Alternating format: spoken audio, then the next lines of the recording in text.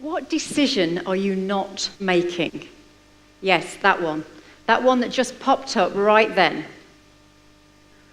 The decisions that we don't make cost us a lot of wasted energy, and in your businesses, they affect the motivation, engagement, and ultimately the results. And when we don't make decisions, the ones that we should make or need to make, but most importantly, the ones you want to make, it makes you restless. Because that nudge keeps coming and coming, and it won't go away. So, what is it that makes you restless? Because the things that make us restless, there's a clue in there to being able to actually harness that restlessness, embrace it, and work with it. Because when we're restless, it is a sign that we are out of alignment, that we feel disconnected. And what we're out of alignment from is our core values. And your core values are at the heart of every decision you ever make, every relationship you encounter, and every goal you achieve, whether you're consciously aware of it or not.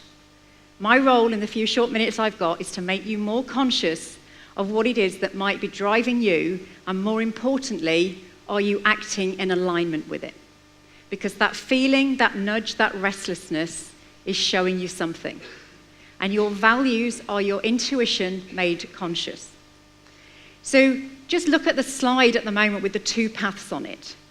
Now, intuitively, would you take the path on the right or on the left? Right, so quite a lot of rights, left, right. So whatever it is about that path, so if it's the path on the right, is it because it's more open, more direct, you know where you're going, the way ahead is signposted?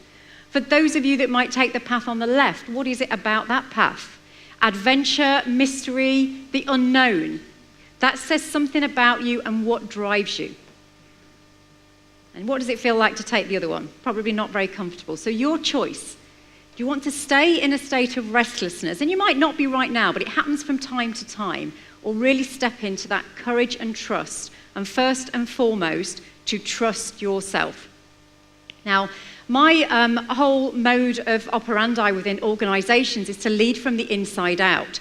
A lot of companies start with core values from the outside in and go, here are our core values, you've got to live them. But they are only lived when they come from the hearts of each individual. So starting with what it is that drives each individual, how do they then relate to other people? Because I know if I've got a set of values with a set of meanings and a priority order, I know all of you have as well, and they'll be different to mine. So we've got to connect, first of all, within ourselves and then within our teams to get a sense of shared values.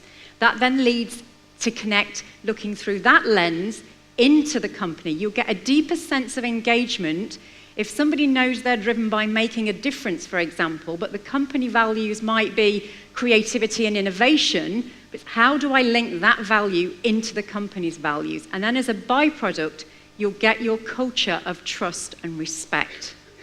And it's really fascinating, the amount of individuals, teams, and organizations that I've worked with, when people start to go deeper, and I use a very simple model to discover your values, define what they mean to you, and then ignite them in all that you do, is you start to realize that our values are as unique as our fingerprints.